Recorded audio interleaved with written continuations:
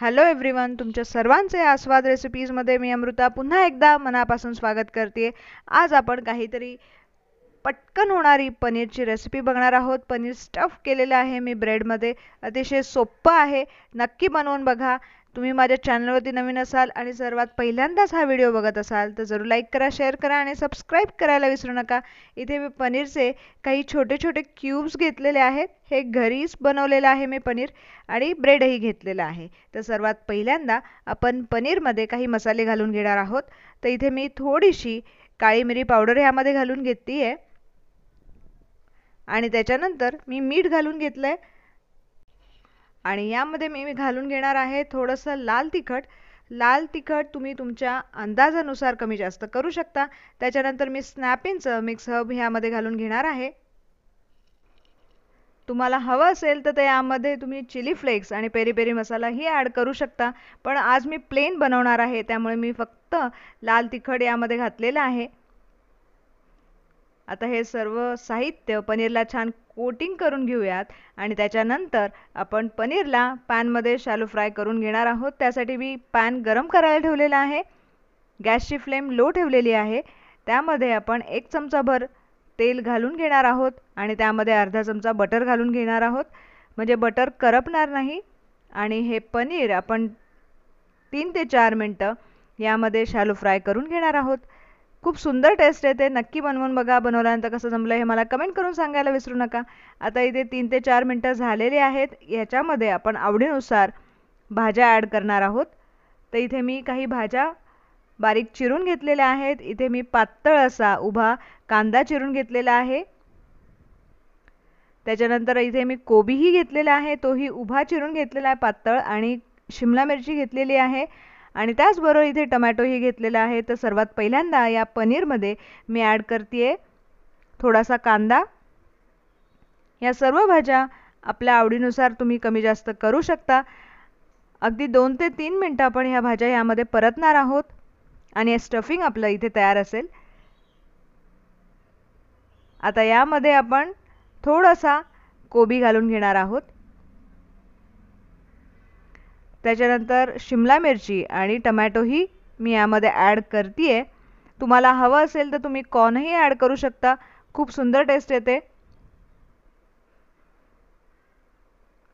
आता सर्व भाज्या आपण यामध्ये घालून घेतलेल्या आहेत.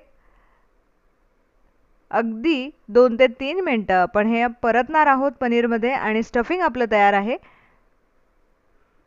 तुम्हाला माझ्याकडून कोणत्या कोणत्या रेसिपीज हव्या आहेत हेही मला कमेंट करून सांगायला विसरू नका.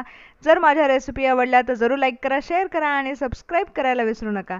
त्याचबरोबर बेल आयकॉनवरती क्लिक करा, म्हणजे तुम्हाला कळेल की मी नवीन व्हिडिओ कधी अपलोड केला आहे ते. आता स्टफिंग आपलं तयार आहे. गॅसची फ्लेम बंद करून घेऊयात आणि हे स्टफिंग थंड करून घेऊयात. पनीरचं स्टफिंग आपलं इथे थंड झालेलं आहे आणि आता ब्रेड आपण मधून कट करून घेणार आहोत. ब्रेड मधून कट करून घेतलेला आहे आणि माझ्याकडे पुदिन्याची चटणी आहे, तर ती यामध्ये आपण ब्रेडला एका बाजूने लावून घेणार आहोत. तुम्हाला हवं असेल तर तुम्ही सॉसही लावू शकता. आता सर्व पावाला मी अशा पद्धतीने एका बाजूने पुदिन्याची चटणी लावून घेते. त्याच्यानंतर आपण केलेलं स्टफिंग यामध्ये फिल करणार आहोत.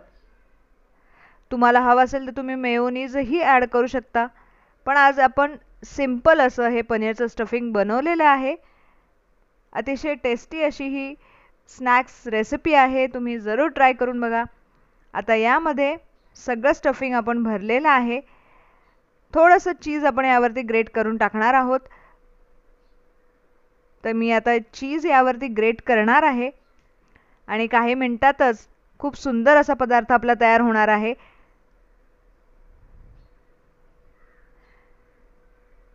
अतिशय अप्रतिम असं दिसतंय.